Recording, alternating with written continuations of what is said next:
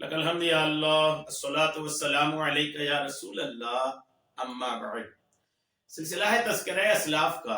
اس مبارک سلسلے میں ہم اپنے اسلاف کا، اپنے بزرگوں کا ذکر خیر، ان کے یوم ولادت اور عرس کی تاریخوں پر کرنے کی سعادتیں حاصل کرتے ہیں۔ آج جس عظیم الشان شخصیت کا ہم ذکر خیر کرنے جا رہے ہیں، صوبہ کشمیر کے خوبصورت وادیوں میں آرام فرما ایک عظیم الشان شخصیت، ہماری مراد میر سید محمد حسین سمنانی کولگامی رحمت اللہ تعالی علیہ۔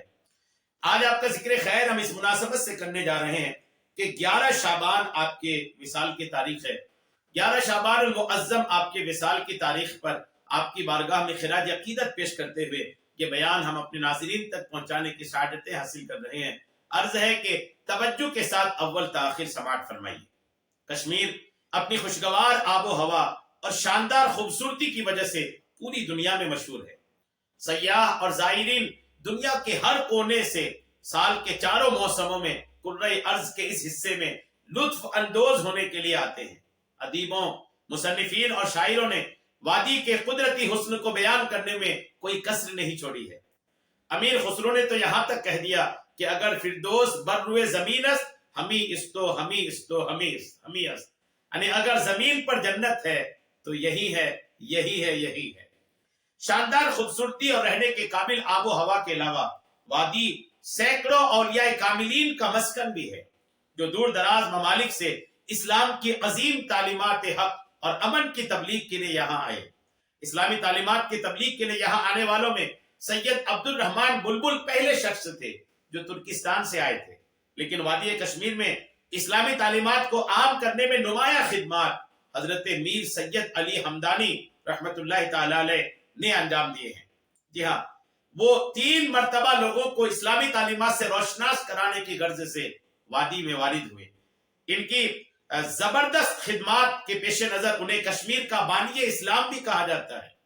تاہم ان سینکڑوں خدا دوست ولیوں میں جنہوں نے اسلام کی تبلیغ کے لیے میر سید علی حمدانی رحمت اللہ علیہ کا ساتھ دیا، میر سید محمد حسین سمنانی رحمت اللہ علیہ یہ خاص تھے، جنہوں نے وادی کے لوگوں کو اسلام قبول کرانے میں ایک کلیدی کردار ادا کیا۔ میر سید محمد حسین سمنانی رحمت اللہ علیہ سمنان جو ایران کا شہر ہے یہاں سے تشریف لائے۔ سید حسین سمنانی رحمت اللہ علیہ کا شجرہ نسب اپنے نواسے امام حسین کے ذریعے رسول کریم علیہ السلام سے جا کر ملتا ہے، اور حضرت علی رضی اللہ تعالیٰ عنہ سے براہ راست نسب میں 16ویں نمبر پر ہیں۔ سید حسین سمنانی رحمت اللہ علیہ میر سید علی حمدانی رحمت اللہ علیہ کے چچا زاد بھائی اور سید تاج الدین حمدانی رحمت اللہ علیہ کے چھوٹے بھائی تھے، جن کا مزار نوہٹا سری نگر میں ہے۔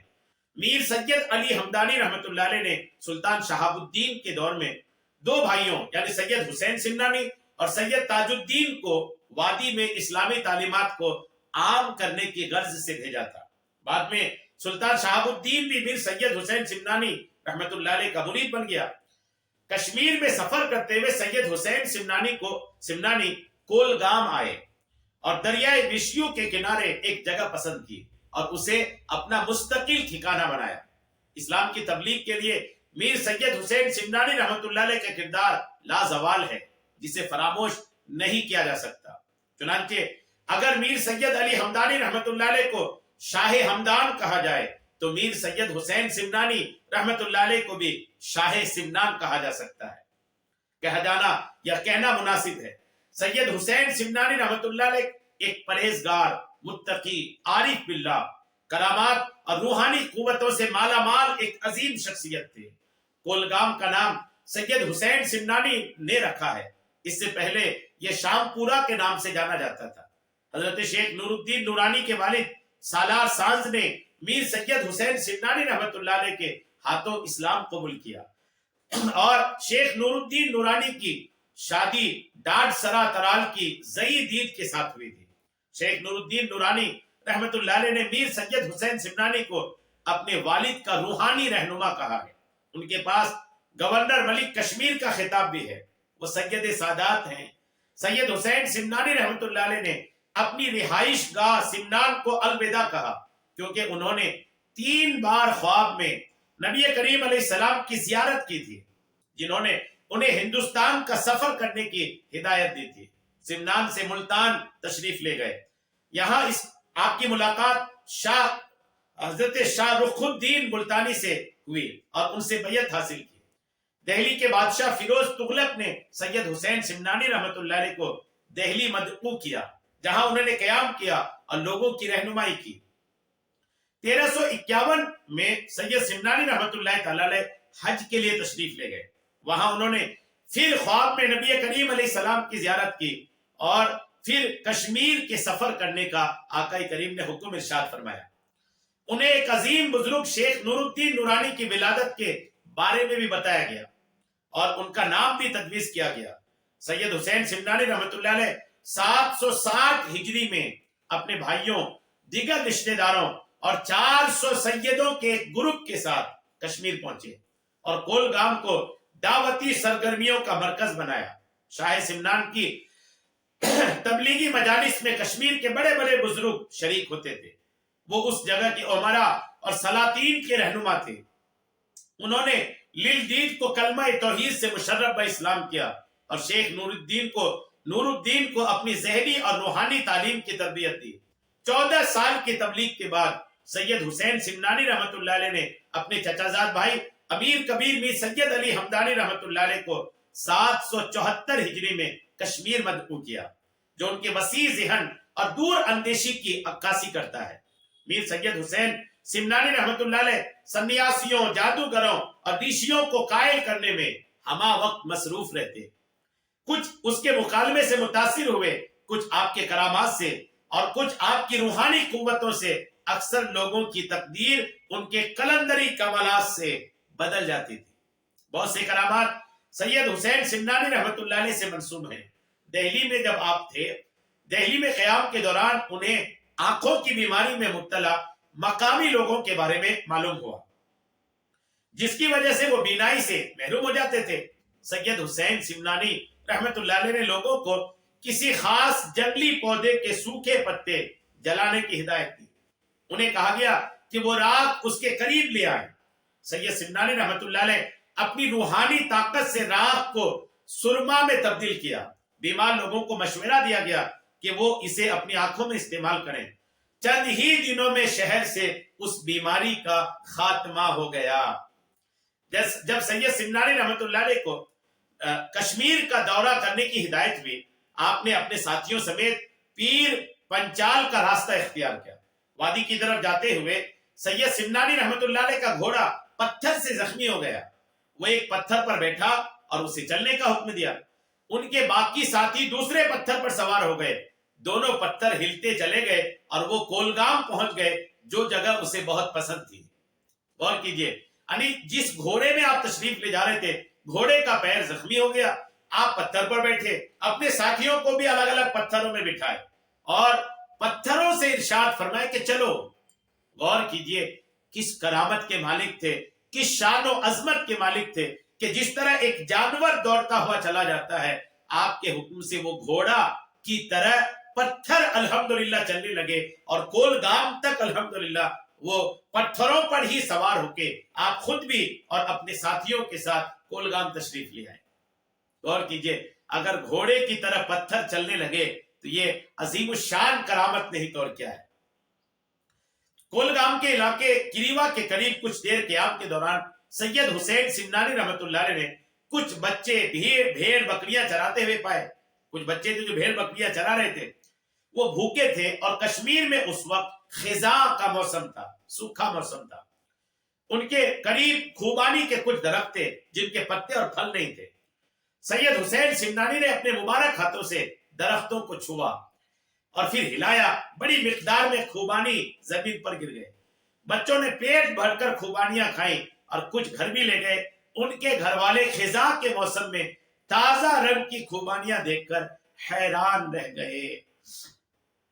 غور کیجئے کہ ایک سوکھے پیڑ سے، ایک سوکھے درخت سے، وہ بھی موسم کے علاوہ والے موسم میں، اس درخت سے مبارک ہاتھ لگا کر کے پھلدار بنا دینا، وہ بھی کھانے کے قابل پھلدار بنا دینا، یہ آپ کی ایک عظیم الشان کرامت ہے.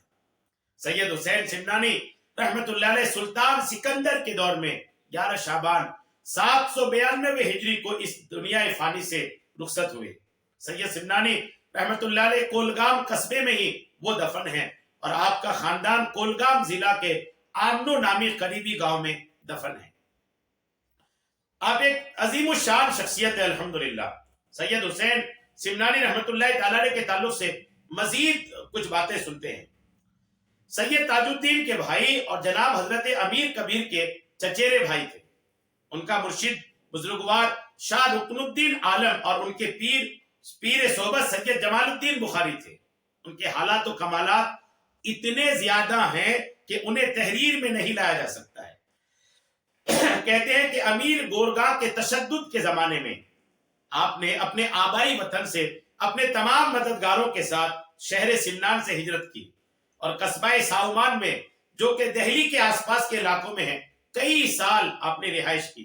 وہاں سے سلطان شہاب الدین کے زمانے میں 775 ہجری میں حضرت امیر کے حکم اور اپنے بھائی سید تاج الدین کے ترغیب سے پیر پنجال کے راستے سے کشمیر کی سیر کا ارادہ فرمایا۔ جب پیر پنجال کی چوٹی پر پہنچے، اچانک حضرت کی سواری کا گھوڑا پتھر سے ٹکرا کر لنگڑا ہو گیا، یہ ایک دوسری کتاب میں ہے، اور پہاڑ کے عبور کرنے میں دیر لگ گئی۔ حضرت سید اس حادثہ سے دل آزردہ ہو گئے اور ایک بڑے پتھر پر بیٹھ کر پتھر کو دوڑایا، اور تھوڑے وقت میں دشوار گزار پہاڑی راستہ کو قطع کر کے الحمدللہ پیرا پور پہنچے، اور تیز رفتار پتھر کو جو آج تک پیرا پل پیر کا چٹان کے نام سے مشہور ہے، شہرت کے ڈر کے موجب وہیں چھوڑ کر پرگنا دیوا سر کے ایک گاؤں کولگام میں، جو کہ دریائے ویشو کے کنارے ایک روح افزا و دل کشا جگہ ہے، وہاں پر سکونت اختیار فرمائی۔ یعنی جس پتھر پر آپ نے گھوڑے کی جگہ پر سواری کیا تھا نا، آج بھی وہ پتھر الحمدللہ موجود ہے، اور اس پتھر کو پیر کا چٹان کہا جاتا ہے، کیونکہ حضرت نے اس پر سواری کیا تھا تو اس نسبت سے اس پتھر کو الحمدللہ پیر کا چٹان کہا جاتا ہے۔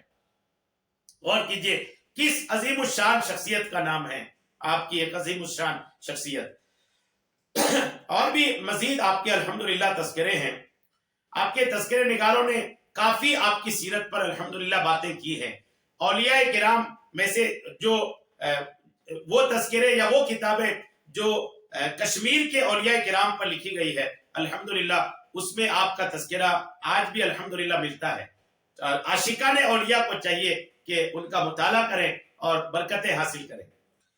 اور ایک دوسری کتاب سے میں کچھ باتیں آپ کو عرض کرتا ہوں۔ آپ کے تعلق سے لکھا ہے کہ آن جناب علیہ رحمہ کو بعض لوگ سمنانی بھی کہتے ہیں۔ سمنان ایران میں ایک شہر کا نام ہے۔